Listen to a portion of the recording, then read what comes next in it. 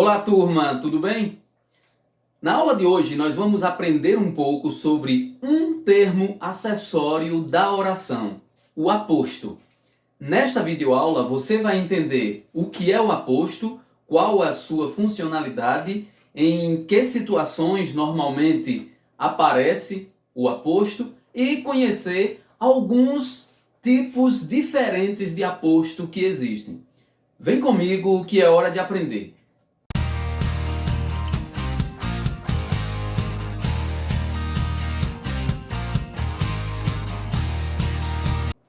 Muito bem, turma. Vamos falar então do aposto, esse termo acessório da oração.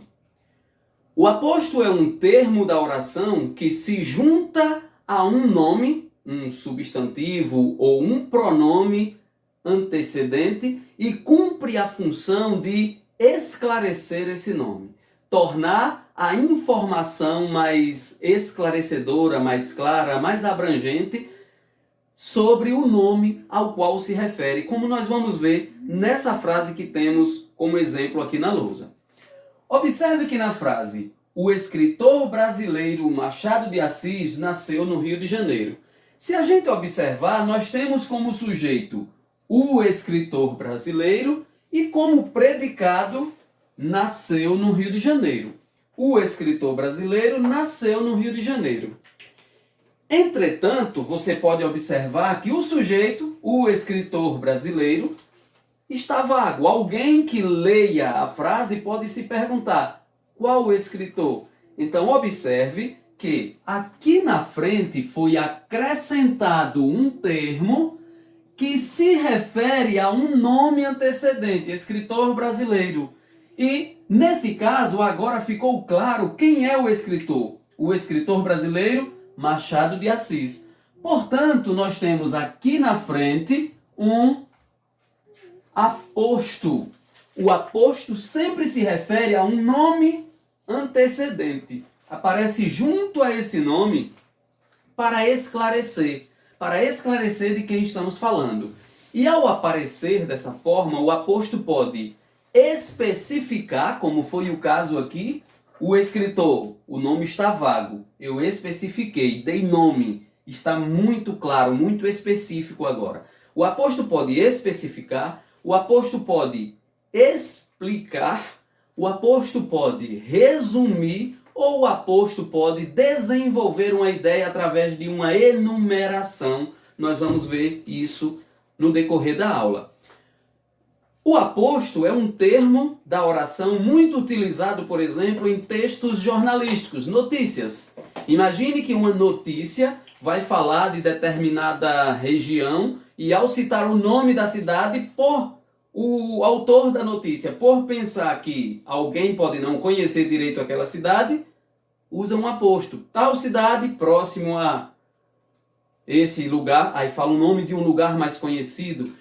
Quando cita o nome de uma pessoa e aí usa uma denominação mais esclarecedora para que as pessoas possam identificar, por exemplo, cita o nome de alguém e diz ator que interpretou o personagem tal em tal filme.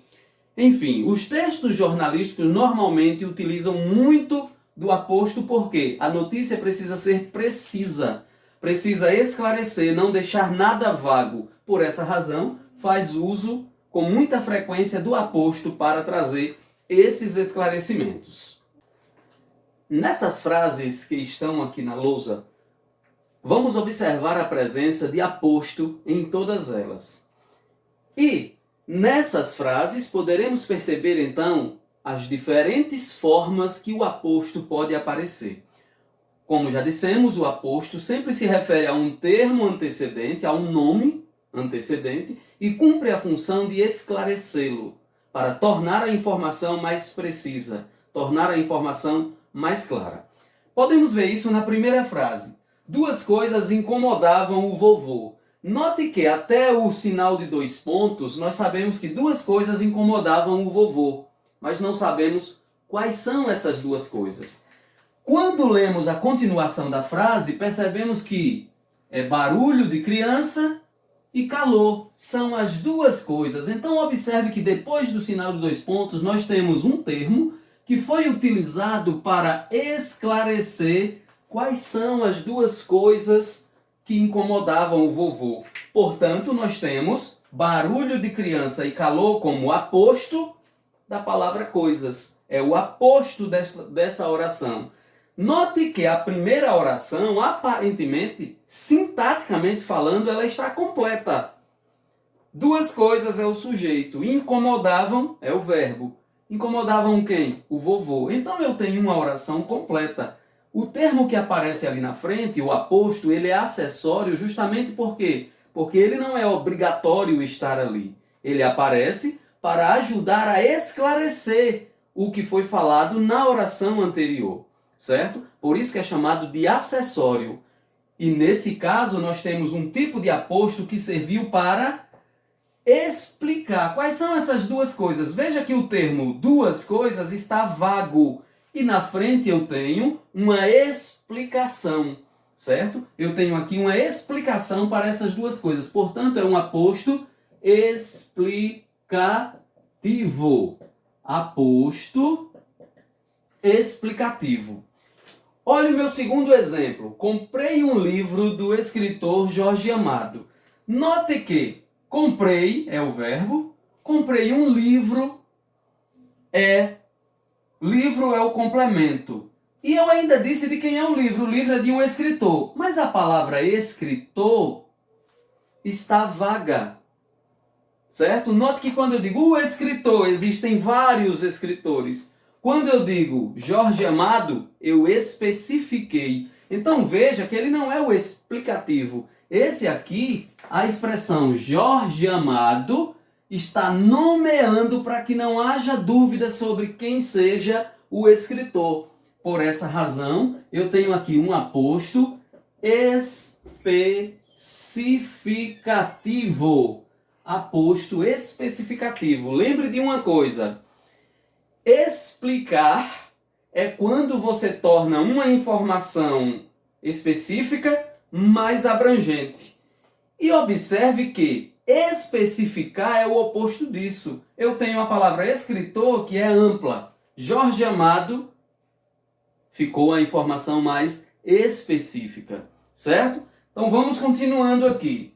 Jorge Amado, veja que agora Jorge Amado é o sujeito da minha oração. Jorge Amado escreveu a obra Capitães da Areia. Perceba que, se alguém não sabe quem é Jorge Amado, note que eu comecei de uma palavra específica, Jorge Amado. E aí, alguém pode não saber quem é Jorge Amado. Quem é Jorge Amado? Escritor baiano. Veja que a expressão escritor baiano se refere ao nome Jorge Amado. Note que aqui, cuidado para não confundir, olha, parece o exemplo anterior, mas é diferente.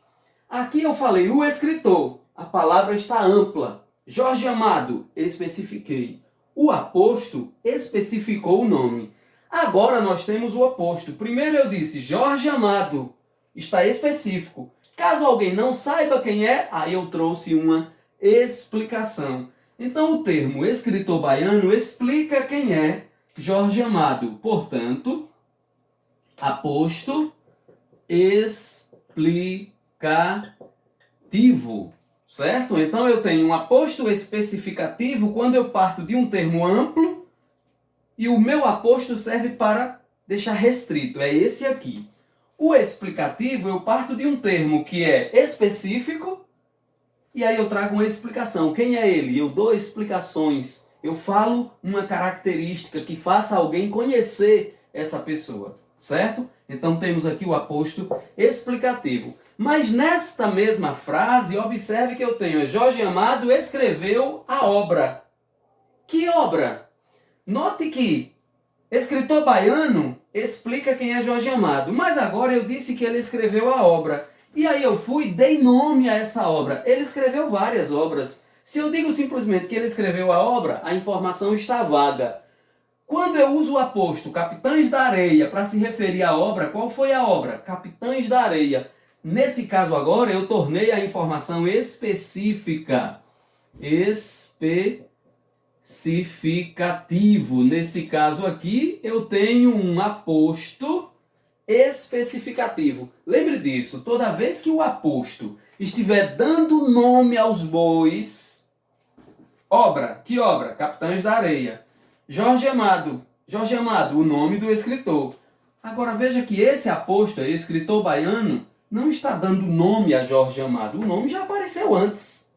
Escritor baiano está explicando quem é o Jorge Amado, certo? Então, na mesma frase apareceu dois tipos de apostos. Um explicativo e outro especificativo. Próximo exemplo. Ele comeu arroz, feijão, bife, salada, tudo. Perceba que nessa frase eu tenho um sujeito, ele, eu tenho o verbo comeu e eu tenho uma sequência de coisas que ele comeu. É sujeito, verbo, complemento. Arroz, feijão, bife, salada. Veja que arroz é comida, feijão é comida, bife é comida, salada é comida. Tudo isso está completando o verbo, não é o aposto ainda. Mas a palavra tudo não é um tipo de comida. A palavra tudo foi uma palavra que apareceu para resumir. Parece que ele comeu mais coisas. Com a palavra tudo, eu entendo que ele comeu mais coisas. A palavra tudo foi usada para resumir o que eu vinha falando. Se refere a tudo que eu vinha falando, mas resumindo, parando por ali. Certo? Então, essa palavra tudo está funcionando como um aposto, mas não é especificando, não é explicando, é na verdade resumindo. Então, este é um aposto chamado de aposto resumitivo. Ele faz um resumo do que vinha falando anteriormente, certo? E no último exemplo, nós temos o seguinte: ele comprou uma variedade de coisas. Ele comprou uma variedade de coisas. Que coisas? Roupa, comida, calçado e bebida. Então perceba que o termo roupa, comida, calçado e bebida é aposto para a palavra coisa. E nesse caso a gente fez uma afirmação que ele comprou uma variedade de coisas. Ali na frente, primeiro eu chamei de variedade. Com o aposto eu fiz uma enumeração. Foi isso, foi aquilo outro, certo? Então agora nós utilizamos um aposto para se referir à palavra coisas que não está especificando, nem está explicando, nem está resumindo. Está, na verdade, fazendo uma enumeração. Portanto, enumerativo. Esse é um aposto enumerativo. Perceba, pessoal, que dá para a gente perceber aqui alguns pares. Veja que explicativo é o oposto de especificativo. Olha, o especificativo traz o nome específico que se refere a um termo vago. Veja que o explicativo é o oposto. Traz uma expressão mais vaga para se referir a um nome específico.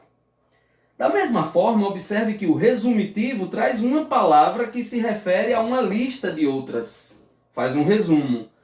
E o enumerativo parte de uma palavra que é vaga, que se refere a várias, e traz então uma enumeração. Vai destrinchando, trazendo partículas, digamos assim. Partículas que significam aquilo que foi dito com uma palavra anterior. Vale aqui chamar a atenção para uma coisa, para a pontuação quando ocorre o aposto. Nem sempre o aposto vem separado por sinal de pontuação, mas ele pode aparecer depois de 2 pontos, ou no lugar desses 2 pontos poderia ser um travessão. O aposto pode aparecer depois de um travessão. E o aposto pode aparecer depois de vírgula ou entre vírgula, como apareceu aqui. Mas não é sempre, certo? Ele pode estar, o aposto pode estar depois de vírgula, pode estar depois de 2 pontos, mas acontece também em algumas orações, o aposto não ter sinalização nenhuma de pontuação. Quando isso acontece? Quando é nome próprio, o escritor Jorge Amado, não precisa da vírgula aqui. E também quando, aqui também, nome próprio, o nome da obra não apareceu, ou quando é nome de cidade. Por exemplo, se eu digo assim, o escritor, comprei um livro do escritor Jorge Amado, que nasceu na cidade de Salvador, ou que morou na cidade de Salvador. Ele morou na cidade. Que cidade? De Salvador. Existe aposto iniciando com a preposição como esse que eu falei agora, de Salvador. E nesse caso não tem, portanto, o sinal de pontuação. É isso que temos para hoje. Espero que o conteúdo, que este vídeo contribua com a sua aprendizagem e a gente se vê na próxima videoaula. Tchau, tchau. Até a próxima.